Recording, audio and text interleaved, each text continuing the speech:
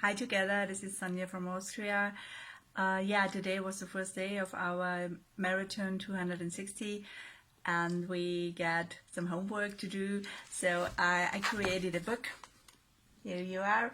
And I start writing my notes in this book and some of my home exercises as well. Just finished my family tree here as well. And yeah, I had a very nice walk today, but in fact I do every day with my 2 dogs, and today I shared some of my visions and dreams with my son, and he inspired me as well, so it was really nice sharing these dreams and visions with him.